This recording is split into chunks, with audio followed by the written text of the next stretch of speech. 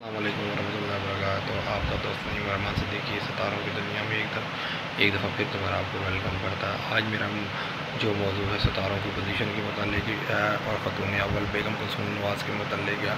اس سے پہلے بھی میں نے ذائچے میں ویڈیو میں نواز شریف کا ذکر کیا تھا کہ میں نے ان کے بارے میں جو پیشن گوئی کی تھی وہ سچ ثابت ہو گئی. اسی طرح ہی جو آج کی جو معلومات ہے وہ ستاروں کی پوزیشن کے بارے میں ہے کہ آیا کہ مادر جمہوریت اس دنیا میں کیوں نہیں رہی. بیگم کلثوم نواز کی میں بات کر رہا ہوں. انہوں نے اپنی زندگی میں بڑے اپ اینڈ ڈاؤنس دیکھے اور نو ڈاؤٹ وہ ایک بہادر خاتون تھی جس کی وجہ سے وہ ہر حالات میں مقابلہ کر سکیں. آپ اس طرح بھی کہہ سکتے ہیں ایک دلیر عورت تھی.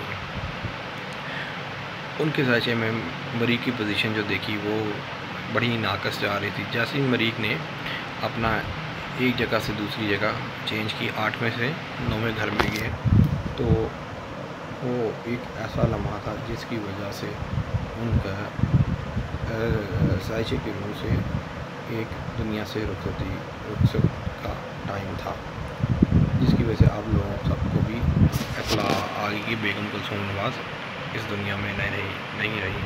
اسی طرح میاں محمد نواز شریف کے ذائچے میں بھی جب میں نے دیکھا کہ ان کی شریک حیات کا جو گھر ہے وہ آیا کہ کتنا اچھا جا رہا ہے یا کتنا برا جا رہا ہے تو مجھے اس میں اثرات کوئی اچھے نظر نہیں آئے.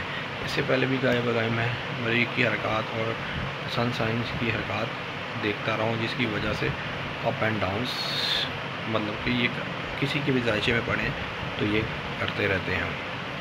سب سے جو انسان کو جو زندگی کا جو ستارہ ہے انسان کی وہ ہے شمس.